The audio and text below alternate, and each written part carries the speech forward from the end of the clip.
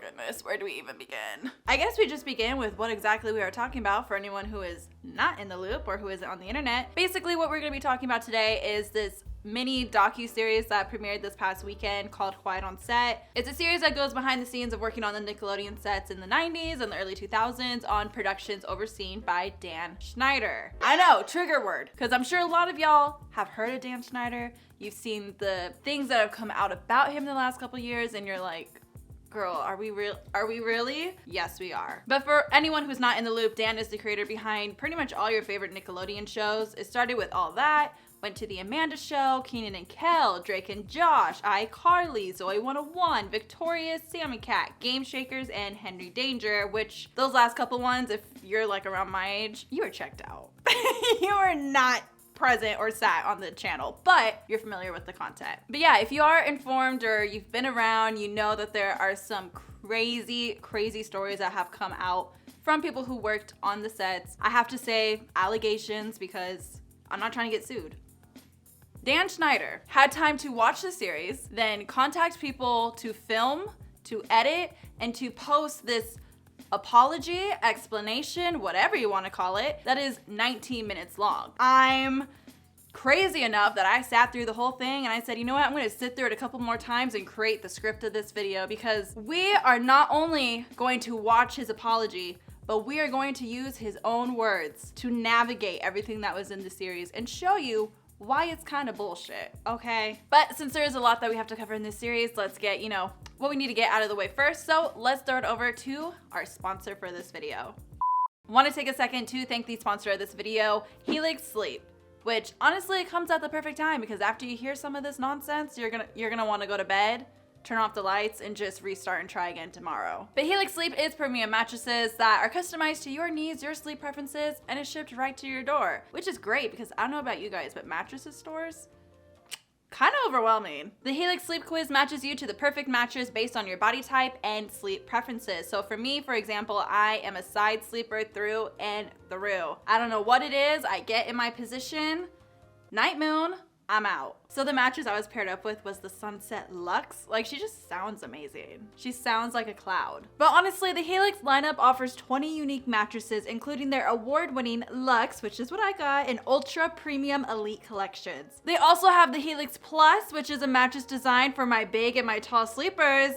Girl, I got you, don't you worry. Plus the Helix Kids mattress, which is designed for growing bodies and endorsed by child sleep and medical experts, so you can feel so secure in your mattress choice. Plus the mattresses are free of harmful fiberglass materials, and honestly, in fact, Helix owns its own manufacturing facility, which is entirely free from products containing fiberglass. But Miss Sunset Luxe was delivered right to my door with free shipping in the US, by the way. And it was so easy to unbox. Like, it almost feels criminal how quick this process was. You literally just take it out of the box. She comes rolled up, so you just gotta unroll her and just kind of let the magic happen. Also, there is a 100-night sleep trial to test the mattress out and ensure you love it, but I'm telling y'all, you'll know by the first night. These mattresses also include a 10-year warranty and offer financing options and flexible payment plans. So there's really no risk here trying to find your new perfect mattress. So if you want to get started on your own personal journey, click the link down below or visit helixsleep.com/internetmomash to get 20% off your Helix mattress plus 2 free pillows. Seriously guys, invest in your sleep quality and your space, and with Helix, it's easier to do than ever. So thank you again to Helix for sponsoring this video, and without further ado, let's jump into it. Oh God. All right, so let's pull up the interview. Let's get started. Let's hear what this man Tebow? As in Tebow from iCarly? Obviously, I've seen this interview. I know this man pops up, but like, kind of a jump scare, not gonna lie. But also PR nightmare, because how are you gonna have this conversation that's supposed to be unbiased and like, someone who's gonna come and like hit you from every angle when they know you personally and have worked on your set? Do you see where I'm going with that? Like, this is not Diane Sawyer. This is not Oprah. What the hell? Hey, it's Boogie. I played Tebow on Nickelodeon's iCarly. I got a chance to watch the Quiet on Set program, and I reached out to Dan to see if it was something that he'd be willing to discuss. Right? Like, you're saying you did all this? Dan didn't? Like, is Dan holding a gun to your head? Blink twice if you need help. Just let us know. Dan, how are you? I'm okay. I'm okay. Are you? Like, he doesn't really look appreciate well. you reaching out and Right. giving me the opportunity. We've got a lot of things to unpack. Yes, we do. Is there anything you'd like to start off with? Absolutely. Watching over the past 2 nights was very difficult, I love that they're both wearing like 4 layers of clothes. They're in California. They're fine. and I definitely owe some people a pretty strong apology.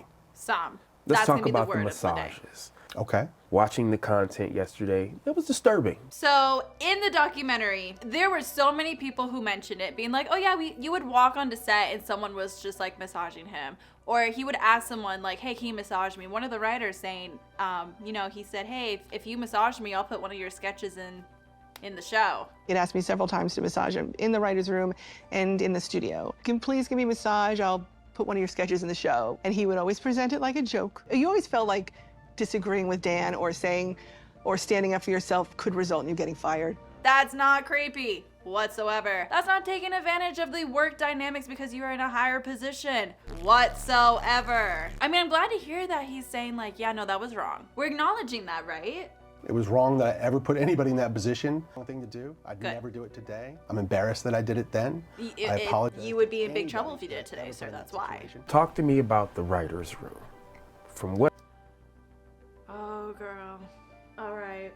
That's where it's about to get dicey. Like, I got notes over here, so if you see me looking down, it's because I got to refer to all the bullshit that I witnessed on my screen for 4 episodes. For his initial apology, I just think it's really interesting.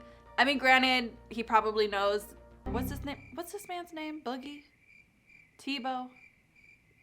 Sir. He probably knows that he's gonna pinpoint like the major issues, but I just think like as an initial apology, it's like, oh yeah, I would have people touch me sometimes and it was probably inappropriate, especially because some of those people were minors.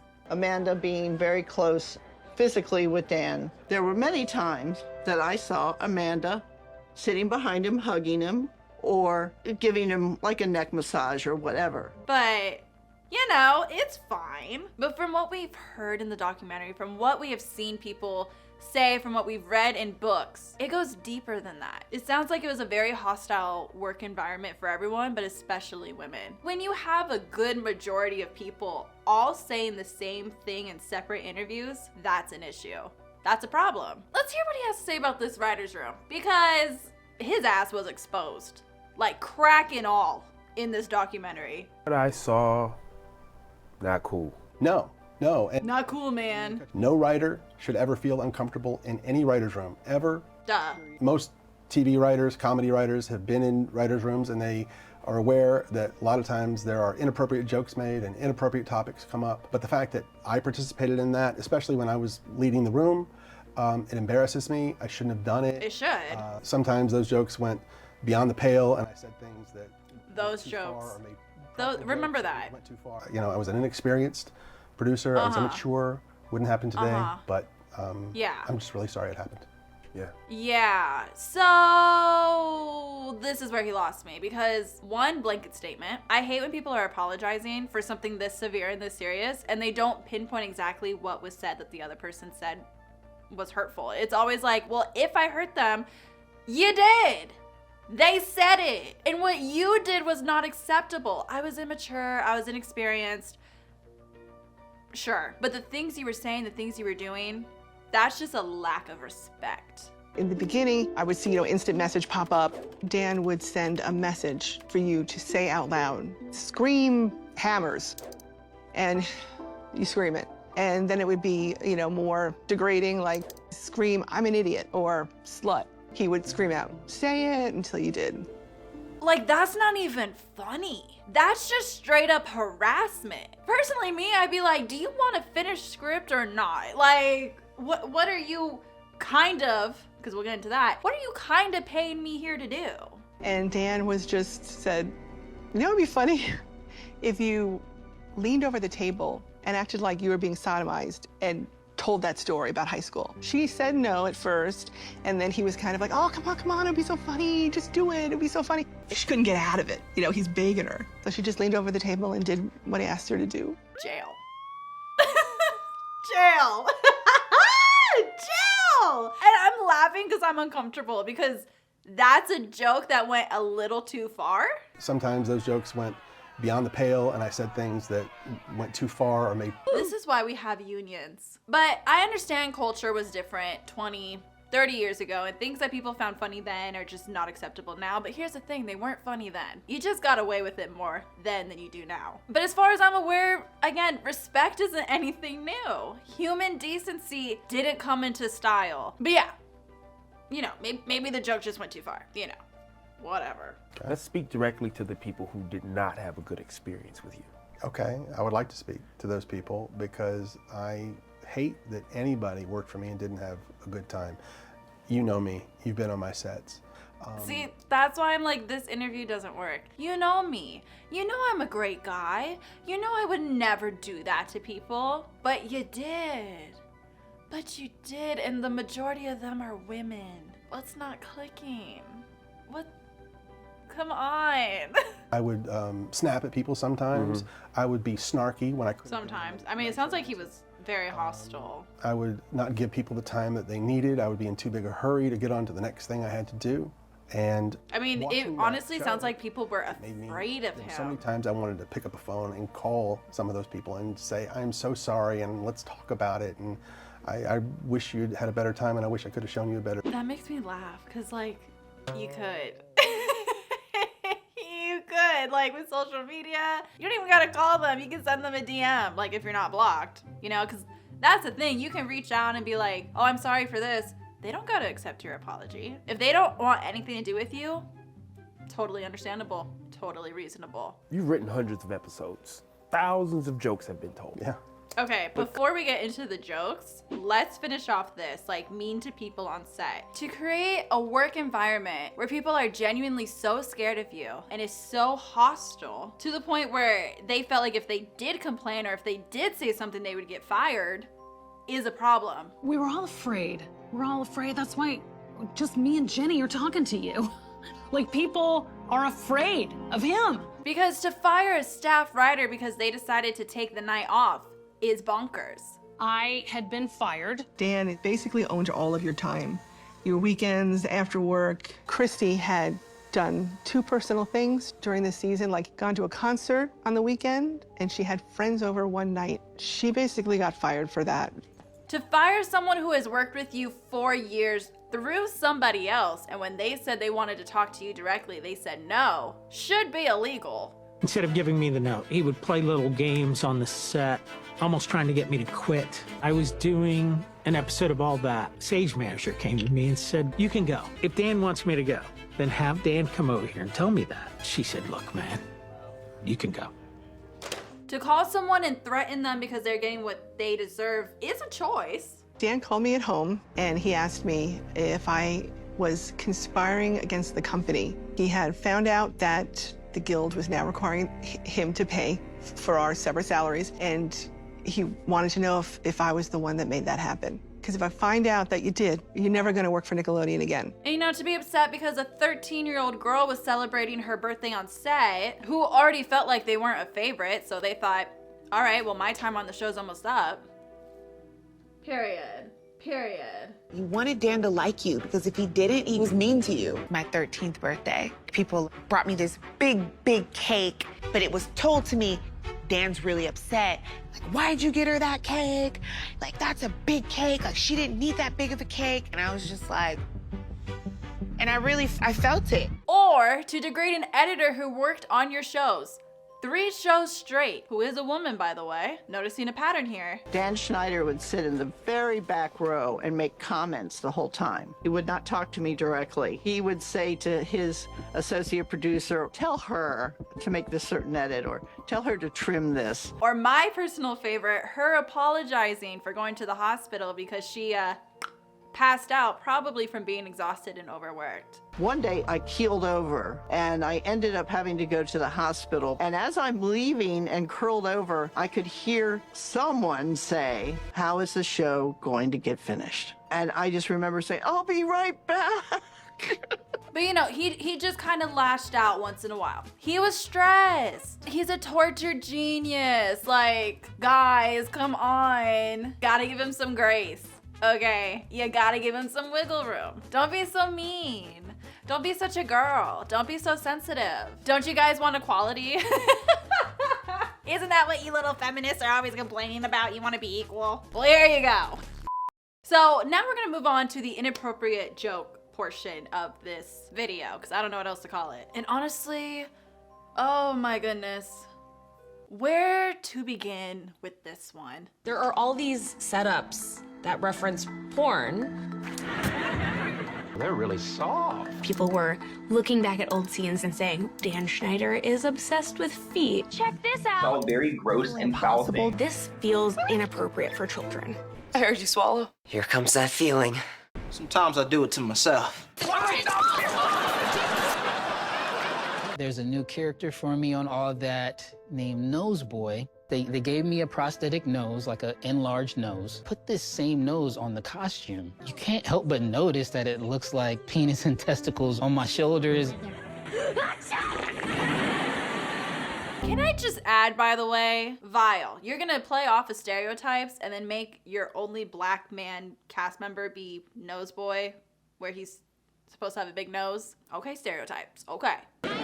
Penelope Taint. So, Penelope Taint. He came up with the name Penelope Taint. The taint is the part of the body that's between the penis and the anus. Is that skin there? That's the taint. Don't tell what this word really means. He wanted us to keep that a secret. Girl, when I heard this, I was shocked because I loved the Amanda show. I remember this character. I thought her name was Tate. I never heard taint, and if I did, I wasn't gonna know what that was. And I get it, some people are probably looking at that like, no, that's just hee hee ha ha because they got something gross on the network. But it's like, it's for kids though, you know? Like, oh yeah, the adult in the back's gonna laugh because they heard something dirty, ha ha ha. But it's not an isolated incident. It's one of very many that is to come. But let's see what Dan has to say about some of the stuff we just watched. Okay. Some people think that some of those jokes are inappropriate for children. What do you think of that?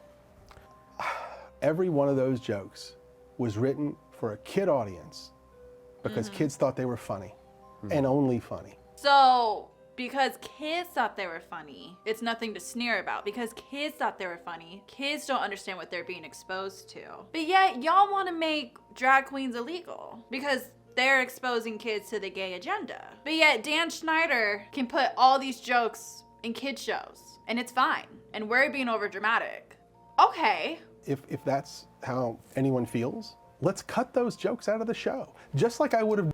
Notice how he doesn't outwardly say that he agrees that, okay, yeah, maybe some of these were inappropriate, because he's still on this like high horse of, no, they're just funny. And it's like, maybe you shouldn't have been writing for a kid's show. Like Penelope Taint, for example, if we talk about that. You know where that would be funny? In a show with college kids. Because those college kids being like, oh, your last name's Taint?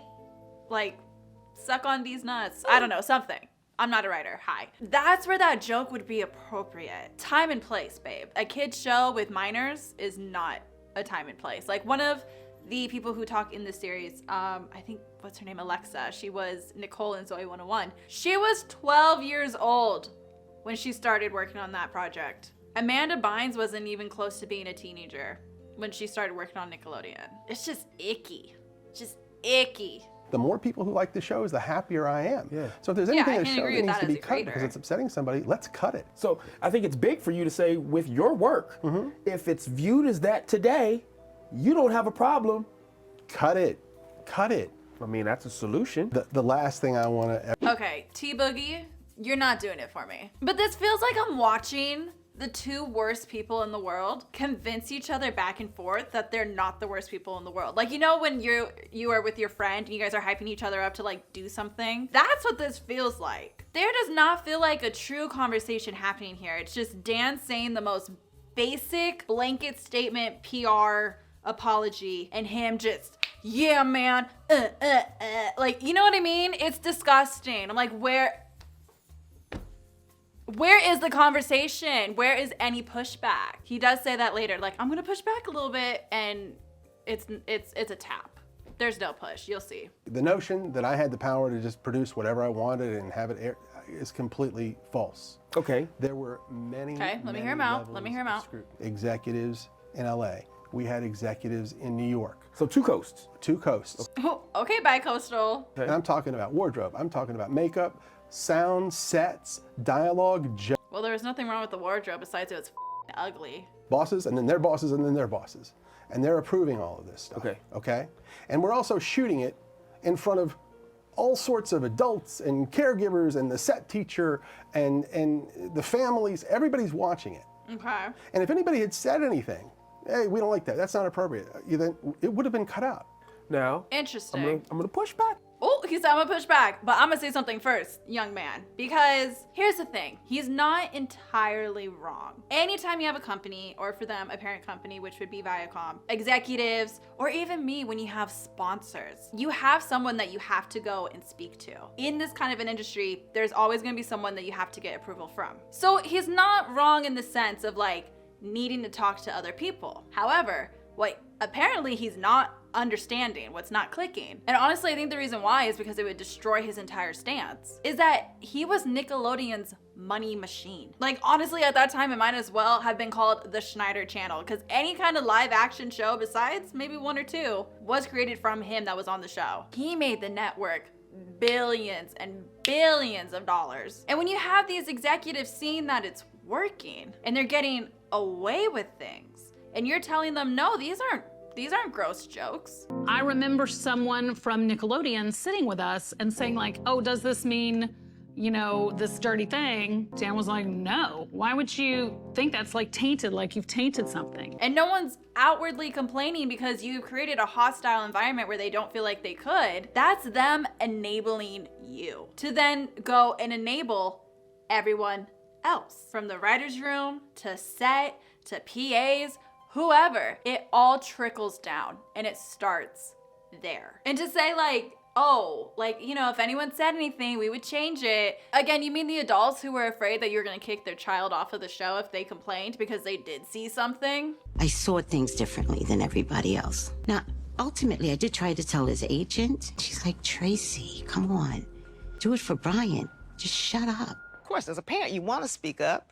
But then I just didn't want Raquel to face any backlash for any behaviors that I had. And even if they didn't say something, there was still something wrong that they were doing that was out of their control. One day, the producers called my house and spoke to my parents and said, Katrina's getting too fat. We already have a fat one. She can't be the fat one. I mean, that stuck with me. And it's funny because shortly after that call, I went through puberty, and then the producers freak out because now I look like a woman and I'm not little girlish anymore. So then that became an issue. Like, girl, that's a child. Things are already crazy and cuckoo as it is. You trying to figure out yourself, your body, and you're basically handing them body dysmorphia for the rest of their life. Thank you. Yeah, I'll take that to go because apparently my time is up. Let's hear him push back. Let's see what he has to say. You were just the guy that was doing what he wanted, and people were afraid to confront you about things. So just humor me, say that was the case. What would have been the ultimate way to... Okay, if all of the dozens and dozens of adults that were on the set, if they didn't say anything, if my bosses said, if they insisted, you got to make a change here, you got to cut that, I had to do it. I had no choice. Got it. Now this next one. That's it. That's it. So he didn't add anything else to it. He just said, well, no one said anything, so I didn't have to do shit. So let's ignore the fact that everyone was afraid to say something. That's when, if you were making a good apology, you turn it back around and say, maybe they didn't say anything because of the things that we talked about earlier. Because I acknowledge that maybe I was a hothead, or I did do this and I spoke out and whatever. Maybe that's why they didn't want to say something. But no, now we're gonna put the blame on the parents. We're gonna put the blame on the executives. We're gonna blame everybody else because they didn't say anything. When in reality, all you had to do was just be a good f***ing person. But no, it's everyone else's fault. Okay, all right, good. You know what? Those details were a little fuzzy to me. I think I sorted out though. I'm good. Let's move on. Being a new father, I wouldn't be opposed to my child being in the entertainment You're a parent and you're Doesn't agreeing matter with what him? age. That's a choice. On-air dares. Seeing it now, from where you are now in your life, what do you think of that? Okay, so let's talk about the on-air dares before we hear what he has to say. I'm personally not super familiar with this show. Don't know if I watched it, and if I did, it just did not stick in my brain. But basically what On Air Dares was, it was basically like a child's fear factor. You know, they're already doing a child's SNL and all that. So it's like, why not take another concept of the show and try it out? The thing is, you can't outwardly put minors in super dangerous situations like they do in Fear Factor. You know, you can't hang them from a helicopter, like over the ocean with sharks at the bottom. That's just not gonna fly. Even with these nasty studio executives, they're gonna put the foot down and be like, no. So instead, you think, let's do this. So I had to be submerged in peanut butter. I'm laying on the ground, and then the dogs, they gotta lick peanut butter off my body. That sounds like some kind of awkward fantasy from some freaky dude. I don't like this. I feel gross. Oh, he outwardly said he didn't like it and no one did anything. Oh, okay. Didn't need to be submerged in a pool of worms. And like transmogrifying it into kids. There was a scorpion there. I think they pushed the envelope too far. Not all of them, not most of them, but some did. Nickelodeon wanted to do their Why is he smiling like that? Like, you are so far up his shooting all ass, my that. dude. So at the time, I had no indication that any kid ever had a problem with them. I don't like this. Sure, Jan. And of all the writers I've been in a writer's room with, I never even knew how much most of them were getting paid. Yeah, but we saw these two women who were writers for you sharing one salary. How does that happen? It's very simple. So let's talk about that, because actually, let me introduce these women first, because we kind of talked about them, kind of touched upon them. Let's introduce them. Let's kind of see what they thought of their relationship with Dan. Working for Dan was like being in an abusive relationship. Oh! That Dan said he didn't think women were funny. That maybe this guy didn't really value women in the writer's room. He had said that, hey, do you mind that I refer to you and Christy as the girls? Are the girls in the room? Where are the girls? And we both were like, no. And he said, good, because I can't stand girls that are uptight about things like that. Next time this guy asks me if I mind something, there's a right and wrong answer. And thank God I answered right. Listen, this hits home for me personally as a woman. Every woman knows that feeling. It's like actually it's installed into your brain when you come out of the womb. So good to know it was alive and well on set. Wouldn't want it any other way. I remember speaking to the line producer, and she said that I was going to have to split a salary with a writer that I did not know. So they were getting two for the price of one. They were going to hire two women and have them share a salary. This was my dream job. I mean, this is what I wanted. This is what I worked so hard for. I'm not about to turn it down. I thought to myself, don't be a complainer, you know, do whatever you have to do to get this job. So you're telling me they dealt with all that and they were sharing one salary. Now listen, I don't really know what a writer's salary entails just because it varies so much from project to project. It really can be like you get 100 grand or you get a box of crackers. It's one or the other. So for these women who are entry-level writers, splitting a box of crackers is insane. And he's about to justify it. Listen to this. There's a common practice in television when hiring writers. If you have a spot for a new writer, sometimes you'll go to two writers and say, hey, if you two new writers for your first job are willing to share a salary, you can both have the job. They have the opportunity to say, yes, that sounds good, And he's or just no, no, thank agreeing. you. In this case, it was two women writers. You hear that? And if they agree, that's them. That's on them. Almost like though people are so desperate for jobs and for money and for credentials that they're gonna do whatever it takes to... See, we keep going back to this power imbalance. What is not clicking with this man? Where that teaming was done with two male writers, and they split a salary. I did another show where it was a male and a female writer, and they split a salary. So, and these are all first-time writers. So it's not just women. Now in the series. Got it. Okay, so writers, which honestly, he should have that attitude considering the seasons that he was in iCarly were the worst ones.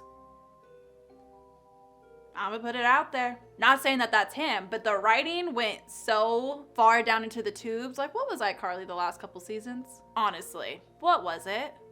What was it? I'm asking. But also, like, let's not gloss over this, because what do you mean that's a common practice? That's not okay, especially because we learned in the documentary, she calls her union and they say, yeah, no, that shouldn't happen. And he's out here being like, yeah, I've been on multiple shows where that happens. And then all of a sudden, I had heard about mid-season that having the writers split their salary was against the rules. Found out that the guild was now requiring him to pay for our separate salaries, and he wanted to know if I was the one that made that happen. He had gotten caught doing something ethically wrong and said, if I find out you told on me, I'm going to do something even worse to you. You're not going to work again.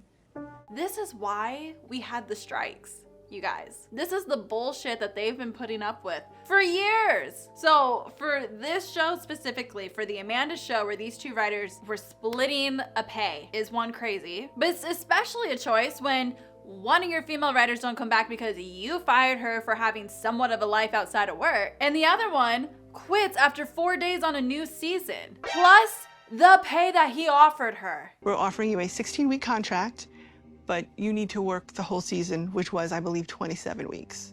He was telling me I had to work 11 weeks for free. You know what I don't love? All that. Well, not the show. All this. What I do love. Women getting their look back. So Jenny, one of the writers, the one that quit after 4 days on the season, ended up suing Dan in the company and was trying to get justice for her, for the other writer, and to make sure that stuff like this would never happen again. They went to court, and Nickelodeon actually did an internal investigation, and they settled, meaning they don't want to do the whole trial. They're gonna give you money, so this disappears. Because guess what? It didn't stop after that. Oh boy, what a week, y'all. Let's talk about it. My name is Jack. I was a child actor on Zoe 101, one of this guy's shows. I also worked in his production department as an intern on iCarly, and I worked in the writer's room on Salmon Cat and Victorious. This Max documentary that was recently released did a really good job of uncovering the details of workplace toxicity, specifically on Dan Schneider's shows for Nickelodeon.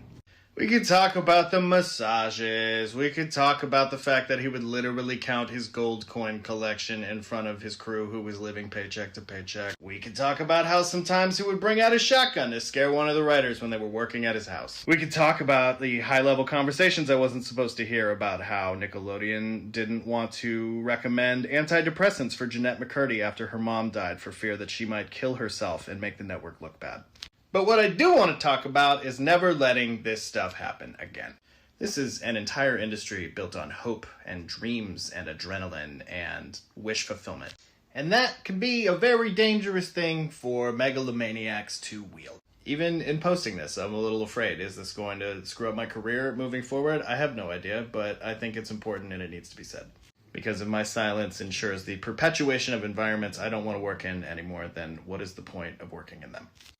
And until Homeboy goes on 60 Minutes to answer some questions from some real journalists and not a cast member of his who he's paying to be there, apology not accepted. The company was aware of it, was aware of the claims that she had, because it wasn't just about the pay, it was about the harassment, it was about, doing things based on gender. They were aware of all of it, and it didn't stop. So don't tell me if an executive said something, if an adult said something on set, that he would have changed his whole attitude. Because his ass was about to be in court. And that was on the Amanda show. That was his second show out of that entire lineup. He wasn't gonna change shit. Bullshit. I don't want to hear it anymore. They also highlighted 2 black actors who said that they felt overlooked. Now, I want to be clear. I'm never going to speak on anyone else's journey. Yeah, I can talk about my experience. Heard. Valid. I saw you be honored for diversity in your work. Yes, and the reason for that is diversity has always been very important to me in my shows. If you go back to the very first Nickelodeon show I ever made, that's very evident, as it is in the second one, and then the first movie I ever made for Nickelodeon, which starred Kenan and Kel, and every show I did after that had a lead black actor in it. I'm very proud of that. It's very important to me. And not only am I proud that they were in my shows, I'm exceptionally proud of the achievements they've had beyond my shows, and they've gone on to bigger and better things. So for me personally, I don't feel like I can say a ton here as a white, cis, hetero woman. Like, I know my place. But it was not uncommon in the industry at all for minority actors to get minor roles. And back then, those roles were heavy stereotypes. I understood the magnitude of being the token black girl. Dan was very professional and nice to me. Dan had a nicer relationship with some of the other white kids. I didn't feel close to him at all. They set up the scene like he was selling drugs. But he's being honored for diversity. Yeah. There was a sketch where I played the youngest rapper of all time, Lil Fetus. And obviously it has to be skin tone. Someone said the skin tone should be charcoal. Listen, that shit stays with you forever. And if it was a good environment, that kid would have said something to his mother, and that mother would have said something to someone who worked on set, and that would have been a resolved issue, and it would have been a safe environment for everybody. But no, because they knew that it was gonna be an issue, because they knew there was gonna be pushback, nothing was said. Now, in some way, I get what Dan's saying, because, you know, closed mouths don't get fed. But when you make an environment where that can't happen, what are you supposed to do? And you know what? I'm really happy that he says that he didn't experience anything like that on his sets, because no one should. And it's great that he did make Kenan and Kel, and we had a show where it was two black leads who didn't play into stereotypes. It was fun, from what I remember. It's been a while since I've seen the show, so if there's anything in there, it's not in here. But that doesn't mean that you get to use them as your token diversity. You don't get to sit here and be like, well, see what I did there? I'm a good guy. Because then when you look at your other shows and you look at your lead actors,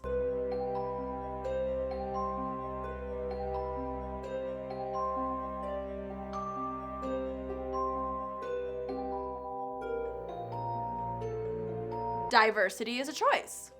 That is a choice of a word. It's not one I would choose. Was how they depicted your relationship with the cast. Yeah, it bothered me too. Yeah, just me being there, I knew the dynamic was trust. I understood that in situations where they may have had turmoil, whether it be with their families, whether it be other castmates, they came to you. Versus how they made you look. With that said, Amanda Bynes was... I have to pause. We're getting to that. You already know what I'm going to talk about, because you're going to sit here and be like, this set this, this set that. When someone on your team did not feel that way. Wrote a whole book about it. But yeah, the whole thing with Amanda Bynes, that was crazy. I had no idea she tried to get emancipated. And she wanted to get emancipated from her parents, which was a fairly common thing with successful young actors. Therefore, it's okay. Therefore, we don't need to look further into it and see what the issue is and why it keeps happening, because it's just normal.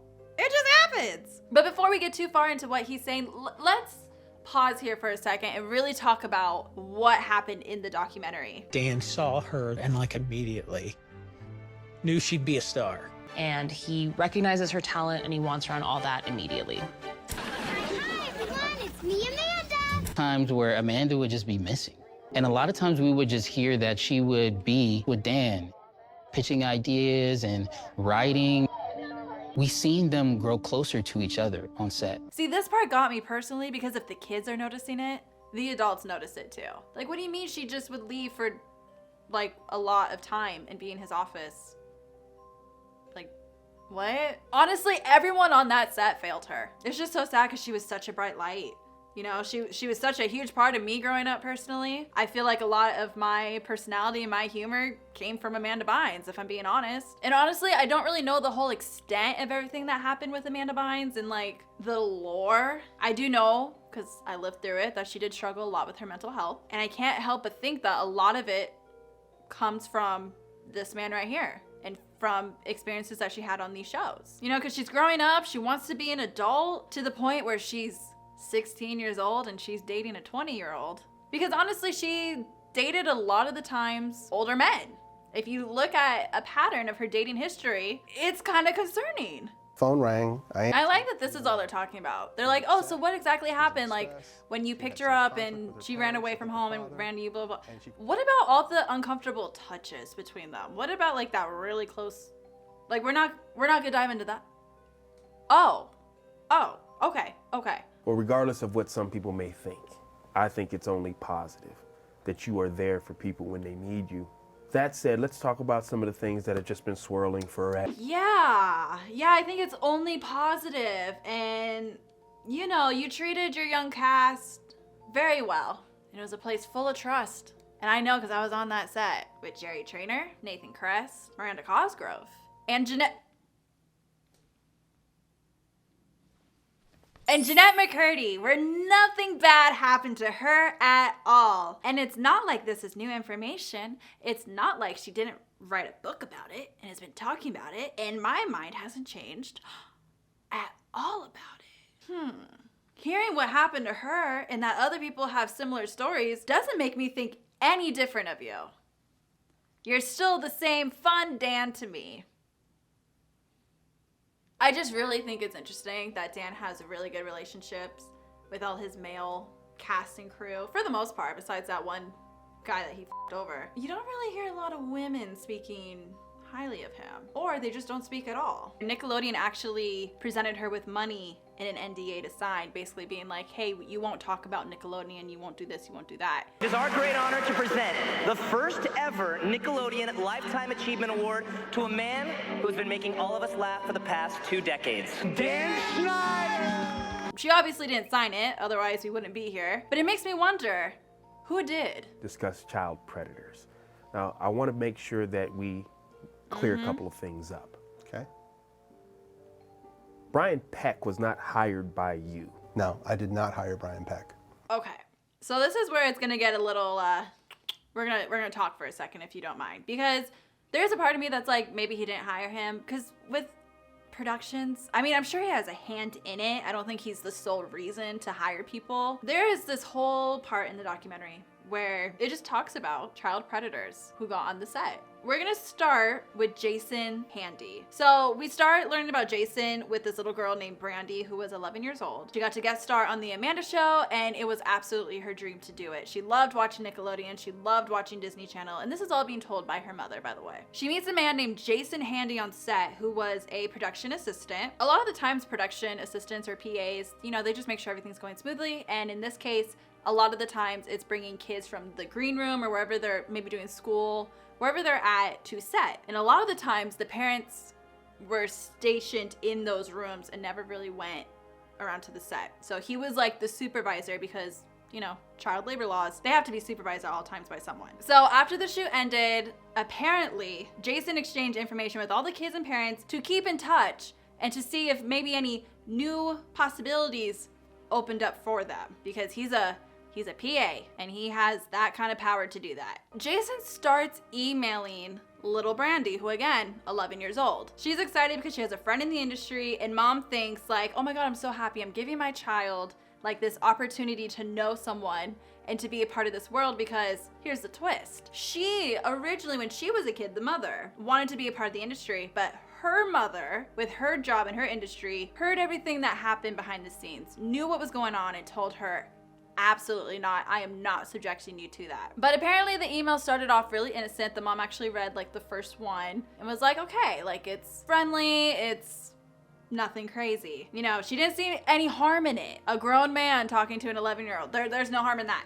Nothing weird. A couple months later, yeah, a couple months, this went on for a minute, Brandy gets an email that upsets her. Her mom follows her because she like storms out of the room away from the computer and goes to her and is like, Brandy, what's the matter? What's wrong? And Brandy's just sobbing. She's so like, she's hysterically upset. And she tells her that she got an email from Jason. And watching this documentary, I was like, please don't let it be a picture. Don't let it be a video. I hate to say that I was correct. It was a picture of Jason fully naked, self-pleasuring, and he said he sent it to Brandy because he wanted her to see it because he was thinking of her.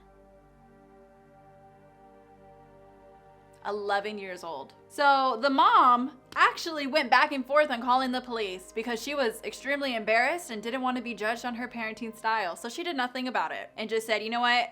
I'm just not gonna let her near him. And Brandy, honestly, that was her first and last time in the industry. But that's not the end of Jason. But basically what happened later on, like later on, a detective calls the mom because Jason got arrested because, one, he's a f***ing creep and hopefully will burn in hell one day. But on top of the Brandy situation, it turns out not only did he have 10,000 images of child pornography in his home, he also had Ziploc baggies with a girl's name on it that he was, you know, obsessed with, and a token in it to remind him of that person. So for Brandy, it was those emails, it was those letters, in a bag. The worst part, one of those bags contained a 7-year-old. It contained her pair of underwear. He also had journals where he admitted he was a pedophile, just flat out was like, yeah, this is real, this is me. He also stated in it, I even struggle, this is a quote by the way, I even struggle on a day-to-day basis of how I can find a victim to rape if I have to. On top of that, he meets a girl on another show and somehow he was in her bedroom. They glossed the hell over that. It was a 9-year-old girl and he was in her house, in her bedroom, and they were playing games. Where are the parents? Like, hello? They were in her bedroom and he ended up kissing her. She backed away because she was super uncomfortable by it.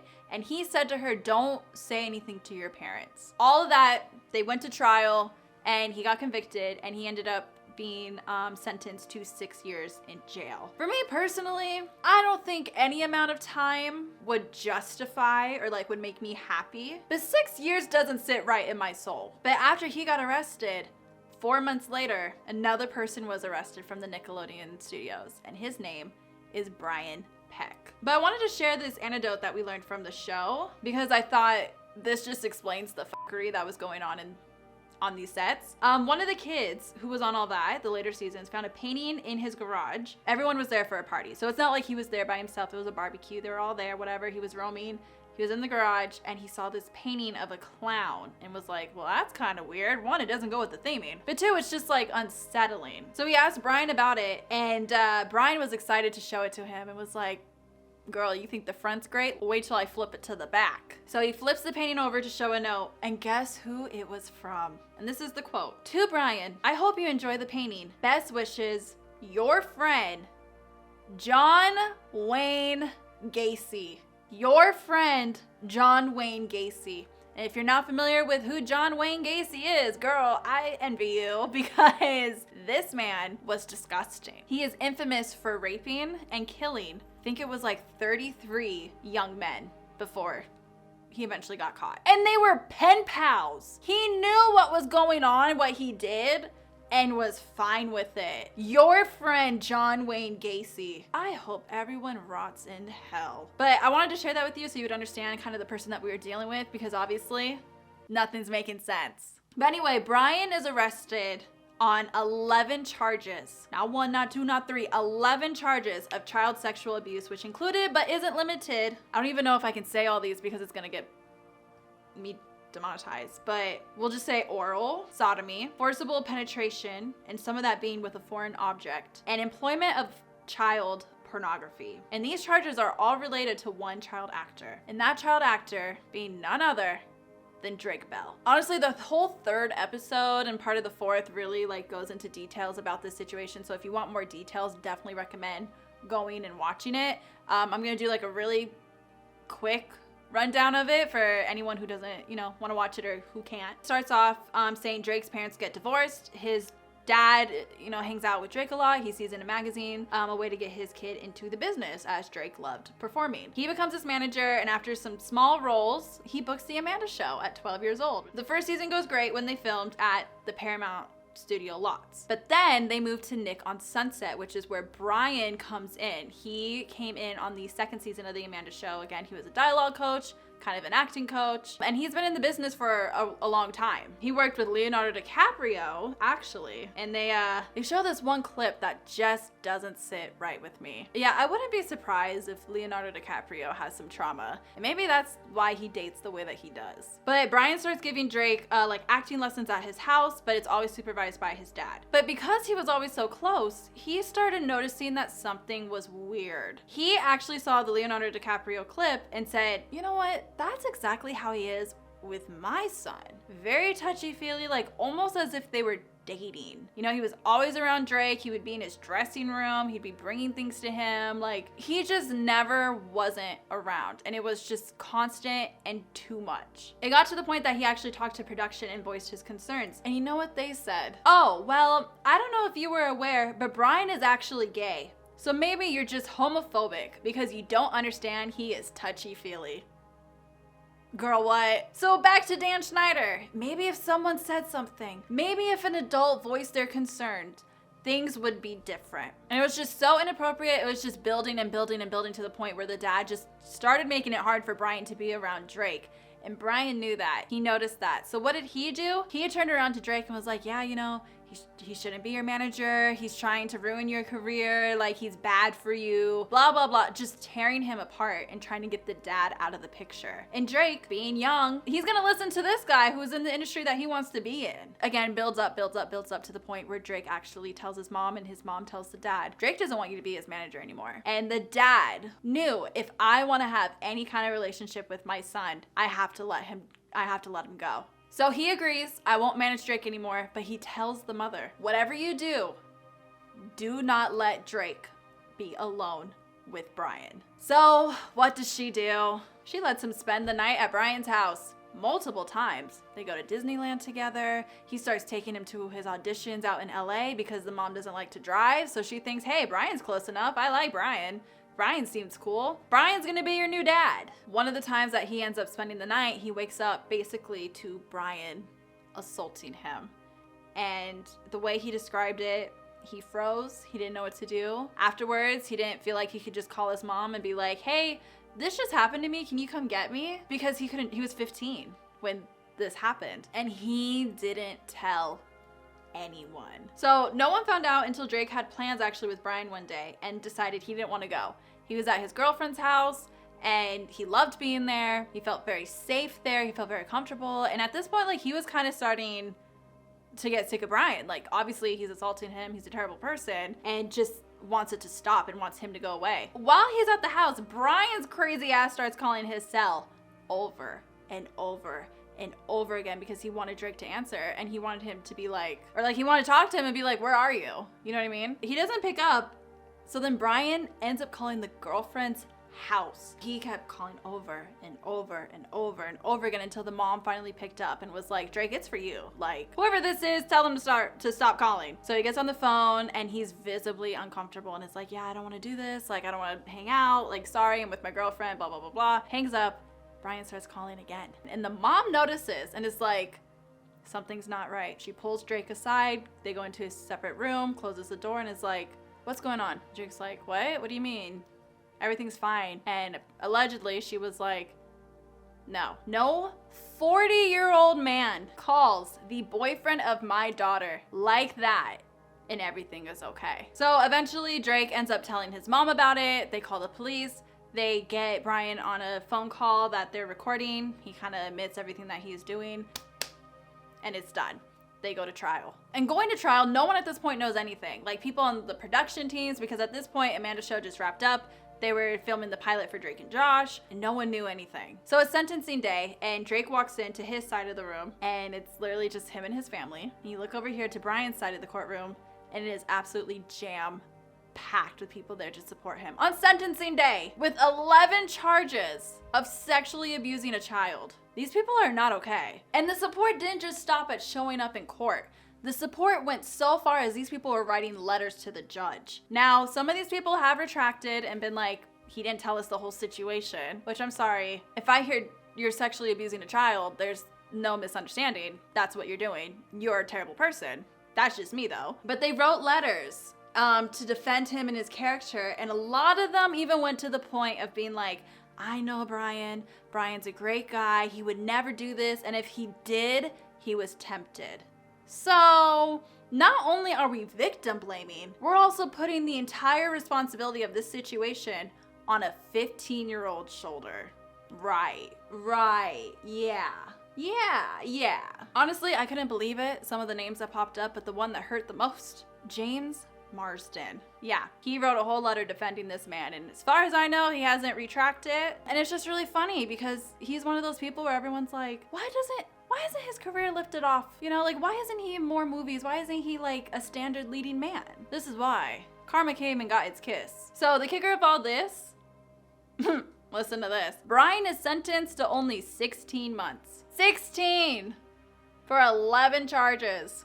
The math is not mathing personally, but he gets out and he's hired on a Disney Channel show, The Sweet Life of Zack and Cody, which had people on it on the team who wrote supporting letters in his trial. Those people have come back being like, oh, you know, we asked him about like what happened and And Brian said everything was taken care of, and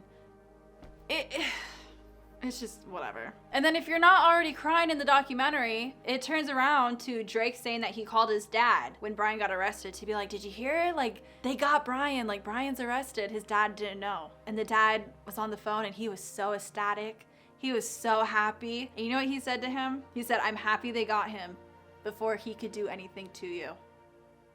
And Drake, knowing how emotional his dad is, knowing everything that happened, didn't have the heart to tell him. So the dad didn't find out until a lot later. Hearing him in the documentary, heartbreaking. So that wasn't really short at all. I had to give context because there's just no way to skirt around it and be like, yeah, no, it's fine. Because on top of that, they also talked about another person that got convicted of sexually assaulting a child. And then I saw on Twitter that there was a freelance editor that worked on the network and got caught on a TV show talking to children underage. Like, it's a pattern at this point. Like, who is protecting the kids? No one. No one. Going back to Dan and his apology. Hi, we're still here.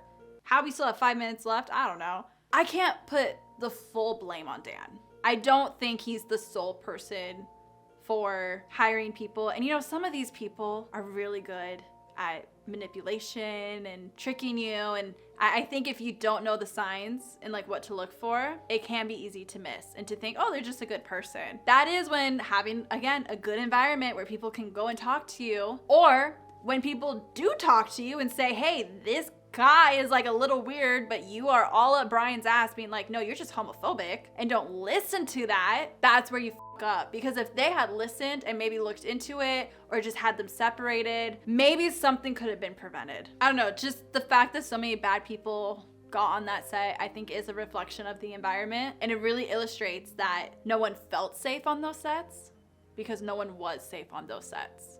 And when Drake and I talked and he told me what had happened, I was They did more mention that in the devastated by that documentary. than anything that So Drake did speak very highly of him, which is like, why is everyone like still friends with him? I don't get it.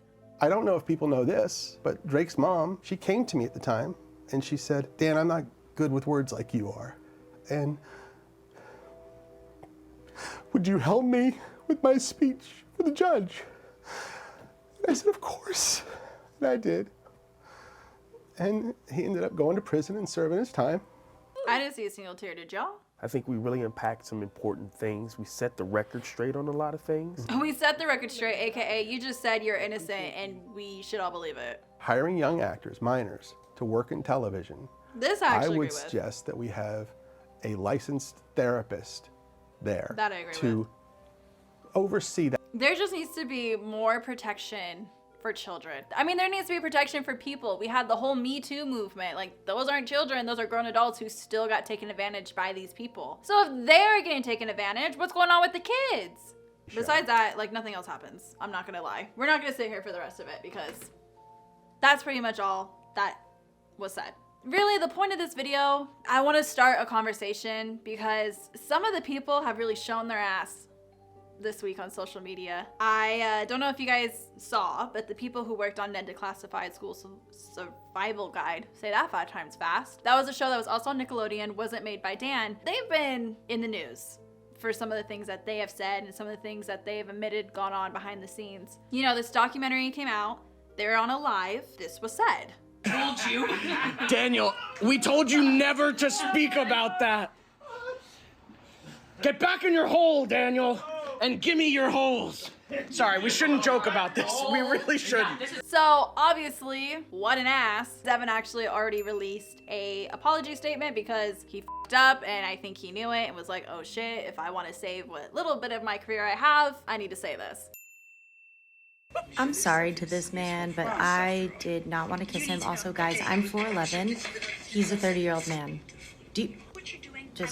I'm sorry, I couldn't even watch it. It gave me fucking the ick. It honestly gives me PTSD. I'm watching this Quiet on Set documentary, and it's talking about how integral and vital it is to create, especially when it's like a kids cast, to create an environment where kids feel comfortable to say no, or I don't feel comfortable with this. And then I'm like, yeah, maybe they do express that, though. It's also more important to create an environment that listens to the kids and actually does not make them do things when they don't want to do them, because they made me kiss this 30-plus-year-old man when I was like, what, 14, 15? I told them many times I didn't want to do it. My mom was very against it, and they just pretty much made me feel like I was going to lose my job and like be fired. He's 20 years old? I believe she was 13. No, she was not. Has someone you didn't like? Of course I have. I didn't like you. But who loves me now? Me? Ew! Yo! So yeah, I just wanted to start this conversation. What do you guys think in the comments down below? If you watched the documentary, let me know. Yeah, love you lots. See you in the next one. Peace out.